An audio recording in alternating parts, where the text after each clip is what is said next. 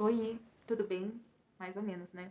Se você chegou aqui nesse vídeo cansado, desanimado, com uma sensação de desgastado, frequentes dores de cabeça, dor no pescoço, dor nos ombros, na costa, às vezes até uma dormência nas mãos ou nas pernas, fica nesse vídeo, não pula não, porque eu quero ajudar você. Mas antes, não se esquece, deixa seu like no vídeo, que isso ajuda demais a divulgar para outras pessoas e também se inscreve no nosso canal. Se você vem manifestando qualquer sintoma que eu citei aqui no início do vídeo, é porque o seu corpo já está enviando um alerta para você. Muito provavelmente, seja agora, no presente, ou coisas que você vem acumulando aí do passado, todas essas dores físicas que você vem sentindo, nada mais é do que reações do seu corpo sobre aquelas dores emocionais das quais você vivenciou e não tratou e não foi curado. Então é sobre isso que nós vamos falar hoje. Muitas vezes nós procuramos ajuda e ficamos lá anos numa cadeira de consultório, é, passando por tratamentos, né? Às vezes até com medicamentosos, devido à ansiedade que já foi desenvolvida, devido a crises do pânico, tantas coisas, né? Que nós é, acabamos por vivenciar devido a essas dores que nós tendemos a ficar acumulando no decorrer da nossa vida. E o que eu quero apresentar aqui para vocês é uma metodologia de uma terapia simples, com um resultado rápido, um resultado breve. E como é que vai funcionar isso? Mais importante do que identificar as raízes disso tudo, porque é possível sim, através dessa terapia, identificar as raízes, mais importante do que identificar é nós dissolvermos todas essas dores. E a terapia da qual nós vamos falar hoje é a TRG, que é a terapia de reprocessamento generativo. De acordo com o neurocientista americano Paul Donald MacLean, ele desenvolveu uma teoria do qual ele afirma que o nosso cérebro ele pode ser dividido em três partes. Então eu quero estar explicando aqui um pouquinho para vocês como isso funciona para que você possa ter mais entendimento desse assunto. E a primeira parte que nós vamos falar é do nosso cérebro neocortical, que é o nosso cérebro responsável ali basicamente pelo nosso racional, pela nossa parte lógica, analítica. Essa parte do cérebro, lógico, são divididas em vários lobos, cada um com a sua função. Mas essa divisão fica mais fácil para que nós possamos entender como que a máquina, por si só, ela funciona num conjunto todo. Depois disso, nós temos a nossa parte do cérebro límbico, que é a nossa parte responsável por gerenciar as nossas emoções, as nossas sensações. E por último, nós temos o nosso cérebro reptiliano. E esse cérebro, o nome, né, já fala ali, já é bem sugestivo de réptil, porque é o nosso cérebro do alerta, que vai manifestar em nós ali se nós devemos atacar ou fugir, é o nosso cérebro, digamos assim, da sobrevivência. E é exatamente aqui que mora o nosso inconsciente.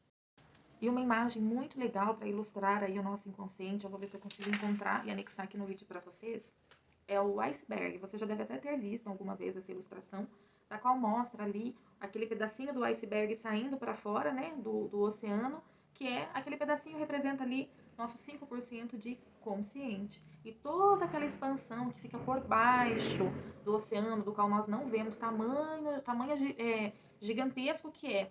Ali embaixo fica os outros 95%.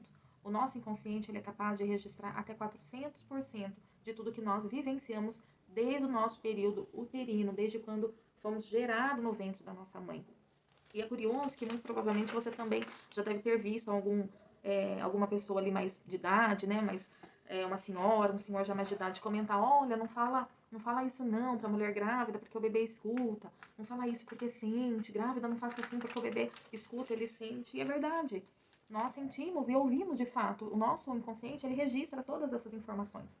Mas o que acontece? Nem sempre nós vamos conseguir lembrar de coisas tão passadas assim. Porque o nosso cérebro ele já tem um mecanismo de defesa que ele bloqueia certas coisas para que a gente não venha a sofrer. Então é uma forma de nos proteger, ele bloqueia para que a gente não sofra. Esse mecanismo ele já vem pronto de fábrica, com todo mundo é assim. Então por isso que muitas vezes a pessoa ela sofre ali algum trauma, até nas situações mais extremas, e o cérebro ele bloqueia, porque ele não quer ver aquela pessoa sofrendo. Mas como que o nosso inconsciente ele vai reagir depois dessa dor? Para o nosso inconsciente não existe passado, não existe futuro. O nosso inconsciente ele é atemporal. O que isso significa? Para ele, nós estamos no tempo presente o tempo todo, desde quando nós nascemos. Esse é o tempo, o aqui e o agora, é o tempo presente. Então, o que o nosso inconsciente faz para reagir tudo aquilo que nós vivenciamos, todas as dores que nós carregamos e da qual ele vem arquivando para tentar nos privar, nos proteger de alguma forma? Dessa maneira, O inconsciente ele vai utilizar de situações que nós vamos lidar no decorrer da nossa vida, que é sim de altos e baixos, vários fatores aqui influenciam, né? Fatores familiares, externos, sociais, para desenvolver, né, o ser humano que nós somos.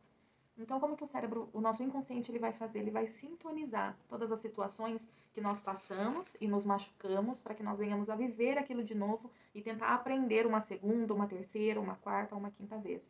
Isso é um mecanismo já do nosso inconsciente. Então, eu vou dar um exemplo aqui para vocês. Imagina que um casal, né, do qual eles se relacionam, se casam, têm filho. Aquele relacionamento não dá certo, eles se separam.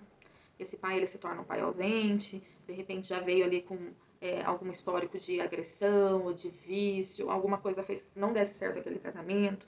Essa mulher segue cuidando daquele filho, criando aquele filho sozinha, e daí ela encontra um outro parceiro, se relaciona, forma uma família, tem outro filho, outros filhos com esse parceiro também não dá certo, abandona essa mulher conhece uma outra pessoa, forma família, tem outros filhos, e assim ela vai levando a vida dela.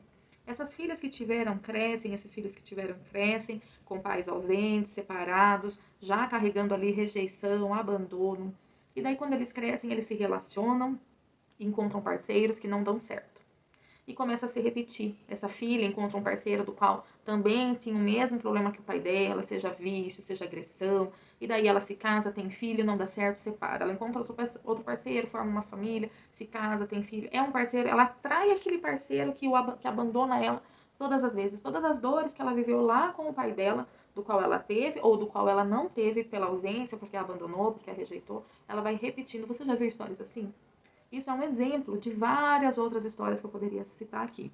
Faz sentido para você pensar dessa forma? Do ponto de vista clínico, nós chamamos isso de compulsão à repetição.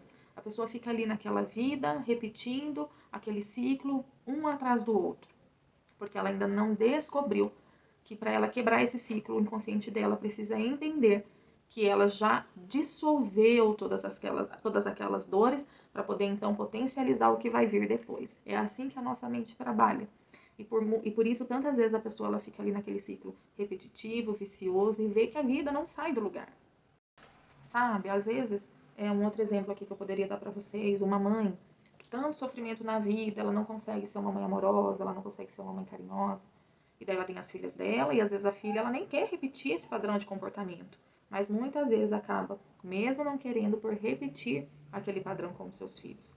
Então, mesmo que fuja ali da vontade dela, ela tem até a noção, a consciência de que ela não quer, mas acaba repetindo. Então, esses são um dos vários exemplos que existem. E como é que nós vamos fazer para quebrar esse padrão de comportamento, esse ciclo vicioso, essa compulsão à repetição? Nós precisamos dissolver tudo que foi vivido. É igual um computador. Nós, quando nascemos, chegamos nesse mundo com o nosso software zerado, branquinho. E daí as informações vão sendo inseridas em nós, de acordo com a nossa família de origem, do que é aquilo que nós vivemos, de acordo com as nossas experiências no mundo.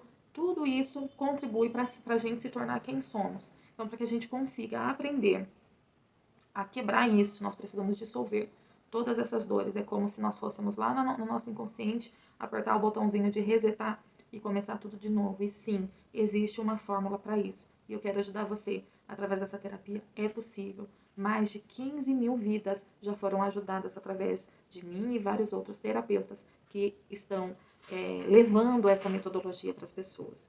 Então, se você quiser saber mais, se você quer ser ajudado, se você quer resetar aí o seu software de tudo de ruim que você vivenciou e poder levar sua vida com plenitude, entre em contato comigo. Eu vou deixar aqui o link do WhatsApp na descrição do vídeo. E nós queremos ajudar você, tá bom? Vai dar tudo certo. No final do poço sempre existe uma mola para poder voltar, tá bom? Um beijo.